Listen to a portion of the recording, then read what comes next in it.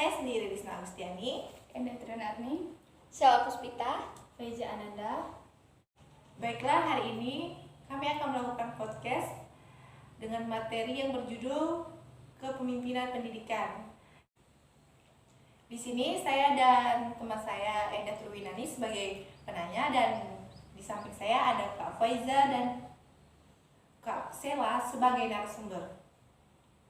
Baik, langsung saja kita mulai podcastnya. Baiklah, untuk mempersingkat waktu, kita mulai saja.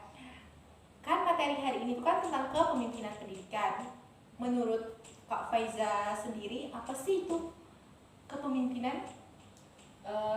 Kepemimpinan ini bisa kita definisikan sebagai kemampuan dalam kesiapan yang dimiliki oleh seseorang untuk dapat mempengaruhi, mendorong, menggerakkan, dan mengarahkan orang atau mengkelompokkan agar menerima pengaruh tersebut, dan selanjutnya untuk membuat sesuatu yang dapat membantu tercapainya suatu tujuan tertentu yang telah ditetapkan. Begitulah kira-kira.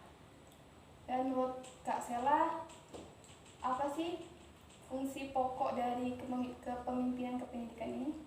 Fungsi pokok dari kepemimpinan pendidikan ini saya jabarkan, saya ambil ada 3, yaitu pertama, pemimpin membantu tercapainya suasana persaudaraan, kerjasama dengan penuh rasa kebebasan. Kedua, pemimpin membantu kelompok mengorganisir diri, yaitu ikut serta dalam memberikan rangsangan dan bantuan kepada kelompok dalam menetapkan dan menjelaskan tujuan. Kemudian yang ketiga, pemimpin membantu kelompok dalam menetapkan prosedur kerja, yaitu membantu kelompok dalam menganalisis situasi untuk kemudian menetapkan prosedur mana yang paling praktis dan efektif. Begitulah kira-kira dari fungsi pokok atau fungsi utama dari kepemimpinan pendidikan. Selanjutnya kita masuk ke tipe-tipe kepemimpinan pendidikan. Menurut Kak Faiza dan Kak Sela, apa sih tipe-tipe kepemimpinan itu? Menurut kami, tipe-tipe kepemimpinan pendidikan di sini ada 4. Yang pertama yaitu tipe autoriter, tipe laissez-faire, Tipe demokratis, tipe pseudo atau demokratis. Dari keempat tipe tersebut, apa tipe yang paling dominan dalam Kepemimpinan pendidikan. Tipe dalam kepemimpinan pendidikan yang paling dominan dari keempat tersebut yaitu tipe laissez-faire. Pemimpin sama sekali tidak memberikan kontrol dan koreksi pekerjaan bawahannya. Sedikit saya kasih tambahan tentang tipe yang paling dominan yaitu laissez-faire, yaitu bisa pembagian tugas dan kerjasama diserahkan sepenuhnya kepada bawahannya tanpa petunjuk atau saran-saran dari pemimpin. Di dalam kepemimpinan itu kan ada namanya keterampilannya. Menurut Kak Sela sama Kak Faiza, apa saja sih keterampilan yang harus dimiliki seseorang pemimpin tuh? Menurut saya, keterampilan yang harus dimiliki oleh seorang pemimpin pendidikan yaitu keterampilan dalam memimpin, kemudian keterampilan dalam hubungan insan. Selanjutnya yaitu ada keterampilan dalam proses kelompok, ada keterampilan dalam proses administrasi personil, dan yang terakhir yaitu ada keterampilan dalam menilai.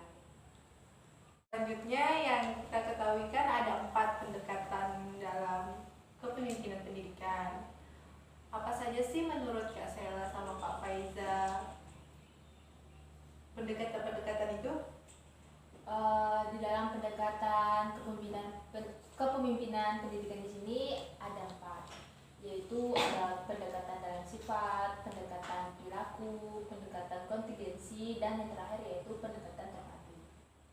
Sebelum kita tutup podcast hari ini, ada satu pertanyaan lagi ya, yaitu menurut kalian apa sih fakta-fakta penting tentang kepemimpinan pendidikan itu?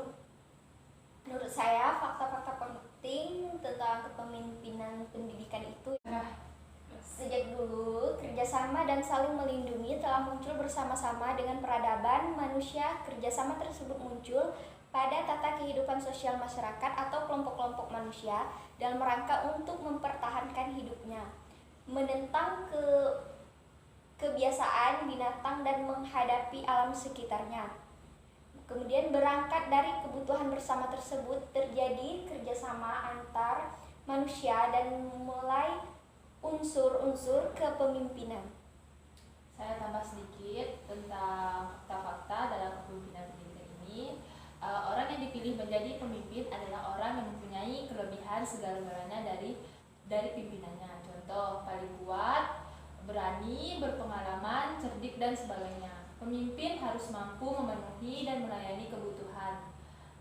Melayani kebutuhan kelompok, seorang pemimpin harus mampu melakukan segala sesuatu yang terkait dengan kebutuhan kelompok.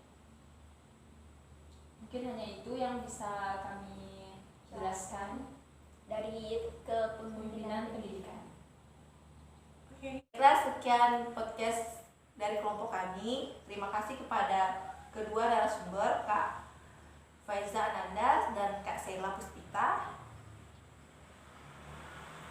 Sekian dari kami. Wassalamualaikum